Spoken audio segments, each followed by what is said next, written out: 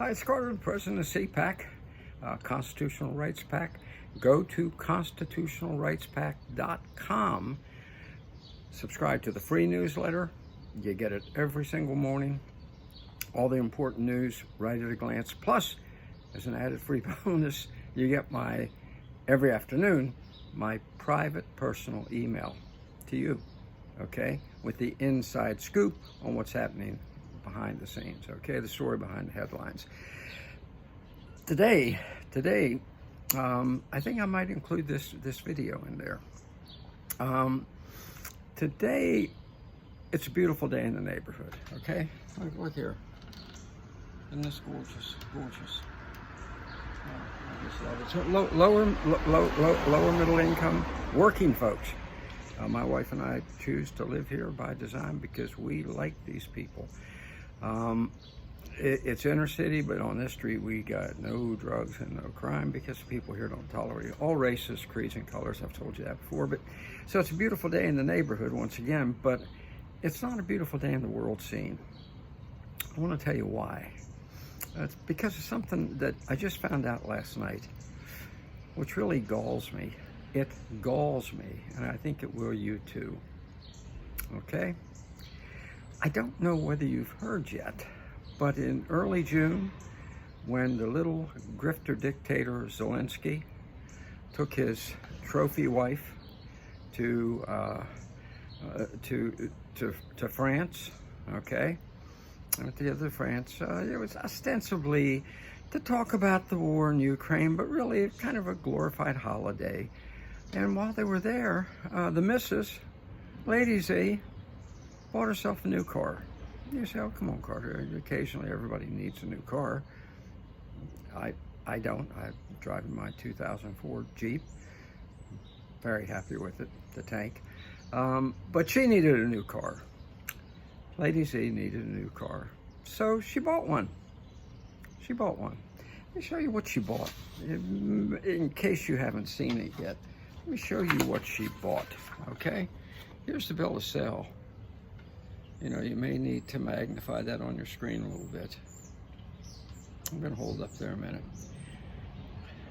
This galls me to no end for myriad reasons, okay?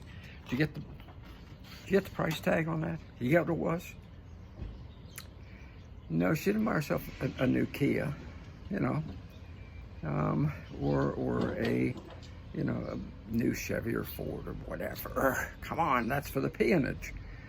She bought herself a new Bugatti, but not just any Bugatti, not just any Bugatti. You know, I'll leave that to the common billionaires. This billionaire bought herself a new $5 million Bugatti. Hasn't even been made yet. It's a pre-order. They're only doing 250 of them, and she gets the first one off the out of the shop, out of the factory. Yeah, $5 million. You know what?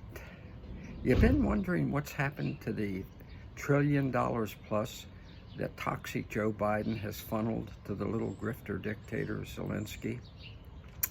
Well, now you know where 5 million of your tax dollars went, don't you? Congratulations on your new Bugatti. Okay?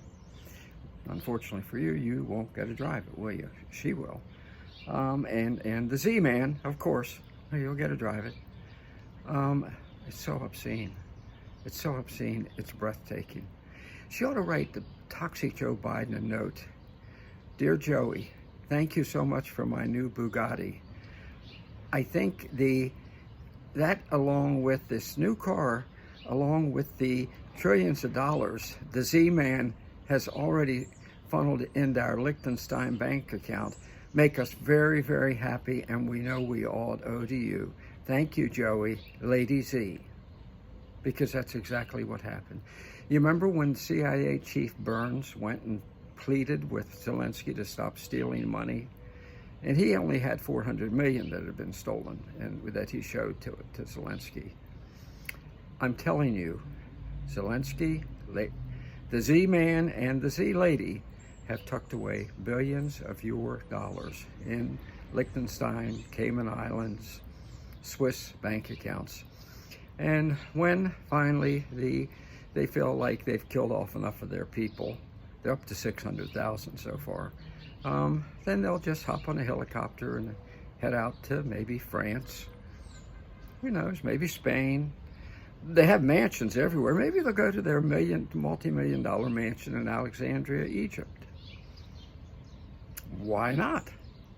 Why not? I think they'll probably have the Bugatti delivered there instead of to Kiev, because Kiev probably will be gone soon. That's where we are. That's what Biden and this little monster have done. Toxic Joe and Zelensky the grifter. That's what they have done at a cost of 600,000 young Ukrainian lives needlessly lost in a war that never had to be, as Trump said in the debate. Let me tell you something. Almost 50 years in Washington. I've worked with president after president. I was director of communications for the U.S. Senate.